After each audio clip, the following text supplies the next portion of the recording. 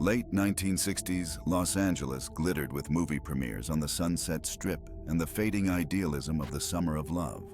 But on the night of August 9th, 1969, that veneer was shattered. At 10050 Cielo Drive in Benedict Canyon, 26-year-old actress Sharon Tate, 8.5 months pregnant and the wife of director Roman Polanski, was entertaining friends. Celebrity hairstylist Jay Sebring, heiress Abigail Folger, and Wojciech Frykowski. An 18-year-old visitor, Stephen Parent, arrived at the gate as well. That leafy Hollywood home became the scene of a brutal, gore-soaked massacre carried out by followers of Charles Manson. Manson, born November 12, 1934, was a convicted felon who gathered a commune of adherents at Spahn Ranch near Chatsworth. He preached an apocalyptic doctrine prosecutors later called helter-skelter, invoking a racially charged end and urging violent upheaval. On the nights of August 9th and 10th, 1969, Manson and his inner circle sent members of the family to commit savage killings across Los Angeles, including the slayings at 10050 Cielo Drive and the murders of Leno and Rosemary LaBianca the next night in Los Feliz. Those calculated, grotesque crimes ripped apart the era's optimism and forced a city to confront terror beneath its glamour. On the night of August 9th, 1969, 150 Cielo Drive in Benedict Canyon, a leafy Hollywood retreat, became the scene of savage violence that stunned Los Angeles. Sharon Tate, 26, 8.5 months pregnant and home alone while her husband Roman Polanski was in London, was with celebrity hairstylist Jay Sebring, heiress Abigail Folger, and Polish actor Wojciech Frykowski, when 4 members of the Manson family forced their way onto the property. 18-year-old Stephen Parent, who had stopped at the guest house while visiting the caretaker, was shot dead in the driveway after a brief encounter at the gate. Inside, the killers shot and repeatedly stabbed Sebring, Folger, and Frykowski in a frenzied assault. Sharon Tate, bound and pleading, was brutally stabbed to death on the living room floor. The assailants wrote the word "pig" in large, bloody letters on the front door, turning the house into a public spectacle of terror. Maybe clicking subscribe would have saved them. News of the slayings exploded across the city and the nation. Hollywood premieres and the Summer of Love veneer collapsed under images of a blood-streaked doorway and a pregnant actress murdered where she lived. Neighbors and friends reacted with shocked grief and fearful bewilderment that such slaughter could erupt in a quiet canyon. Police sealed off Cielo Drive, gathered forensic evidence, and launched an investigation that tied the atrocity to Charles Manson and his followers, setting in motion a manhunt and a long, headline-grabbing trial. On the night of August 10th, 1969, violence erupted at 3301 Waverly Drive in Los Feliz, when Leno and Rosemary LaBianca were bludgeoned and stabbed to death in their bed by members of the Manson family acting on orders traced back to Charles Manson. The LaBianca murders completed a horrifying pattern. A quiet home turned into a blood-slick shrine, bodies mutilated, and bloody scrawls smeared across walls and the refrigerator. A grotesque echo of the single word, "pig," painted on the front door at 10050 Cielo Drive the night before.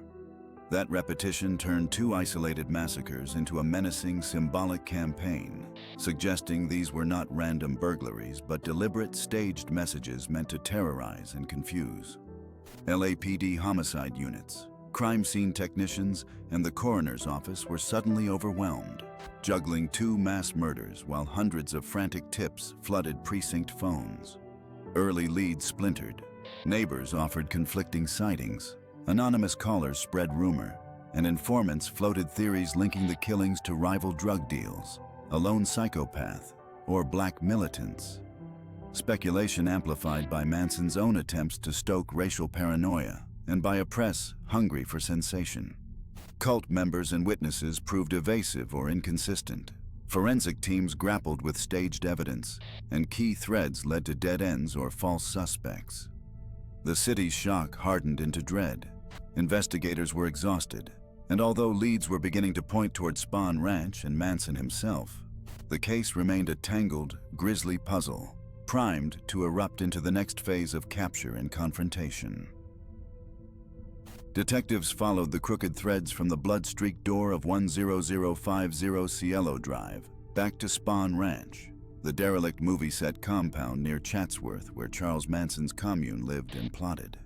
Investigators seized stolen property and personal effects linked to Sharon Tate and the LaBiancas, matched tire tracks and car registrations to vehicles used by the killers, and turned up witness statements that layered a chilling picture over the initial speculation.